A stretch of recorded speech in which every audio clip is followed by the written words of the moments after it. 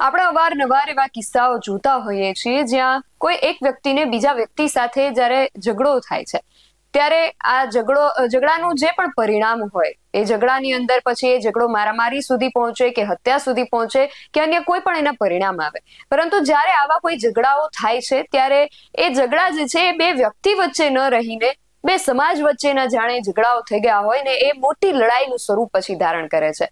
હાલ બગદાણાની અંદર જે બનાવ બન્યો છે એણે પણ આવું જ કંઈક સ્વરૂપ ધારણ કર્યું છે. હવે આ જે બનાવ બન્યો હતો જેમાં બે પક્ષો વચ્ચે આ જે લડાઈ ઝઘડો ચાલી રહ્યો હતો એ હવે જાણે બે પક્ષો વચ્ચે ન રહીને બે સમાજ વચ્ચેની લડાઈ ઊભી થઈ ગઈ હોય તેવા જે ઘાટ છે એ સર્જાયા છે. અને આ સમગ્ર પ્રકરણમાં હવે ધાર્મિક આગેવાન એવા કરશન બાપુ ભાદરકા પણ સામે આવ્યા છે. આ અહેવાલમાં જાણીએ કે કરશન બાપુ ભાદરકા આ આખા પ્રકરણને લઈને પોતાનું શું મંતવ્ય રજૂ કરી રહ્યા છે. જય હિન્દ, BSI NDV ન્યૂઝ પર આપની સાથે હું છું નિધિ ગઢવી.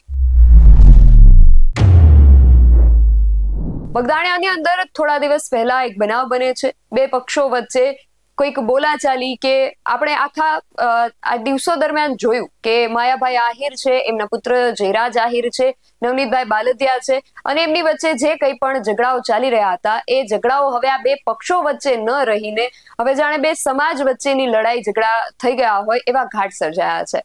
કોળી સમાજના આગેવાનું જે છે, રાજકીય આગેવાનું છે, એ પણ આપણે ગઈકાલે જોયું હતું કે સામે આવ્યા હતા.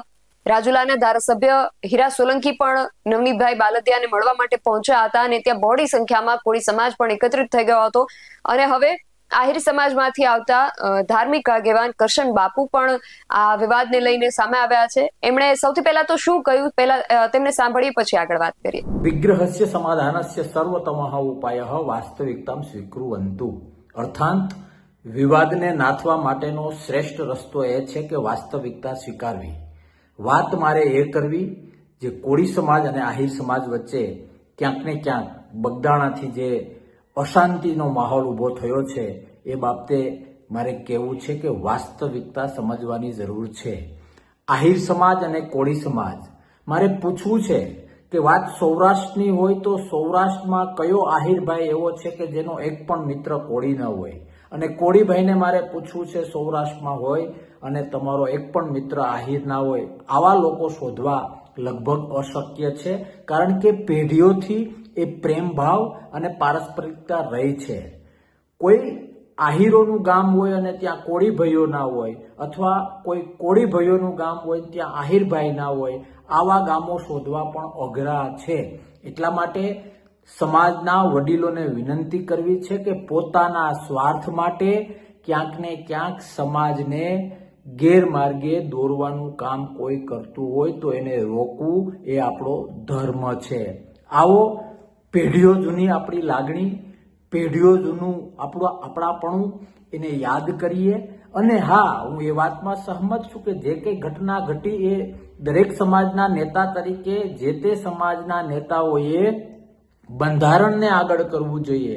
આમ પણ નેતા એ છે જે સાંધે, નેતા ક્યારેય સમાજના નામે જ્યારે પોતાના સ્વાર્થ માટે કંઈક કામ કરતો હોય તો વાસ્તવલક્ષી રીતે એ નેતાની વ્યાખ્યામાં, પછી એ સામાજિક હોય કે રાજકીય હોય, વાસ્તવિક રીતે એ નેતાની વ્યાખ્યામાં નથી આવતા.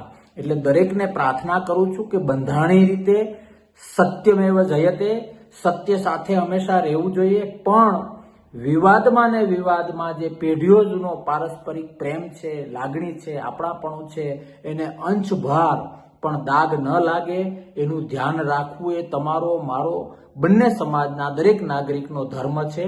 આવો સાથે મળીને એ ધર્મ નિભાવીએ, આપણી પરંપરા, આપણો પ્રેમ, આપણી શાંતિ યથાવત રાખીએ કે જેને કારણે ક્યાંક કોઈને, અન્યને આંતરિક રીતે હસવાનો મોકો ન મળી જાય અને પછી એ રાજકીય હોય, સામાજિક હોય કે આર્થિક હોય, કોઈ અન્યને પોતાનો સ્વાર્થ સિદ્ધ કરવાનો મોકો ના મળી જાય.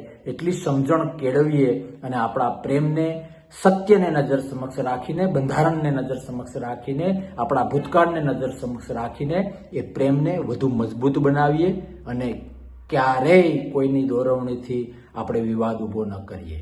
જય હિન્દ, ભારત માતા કી જય, જય દ્વારકાધીશ, જય વીરમા દાદા.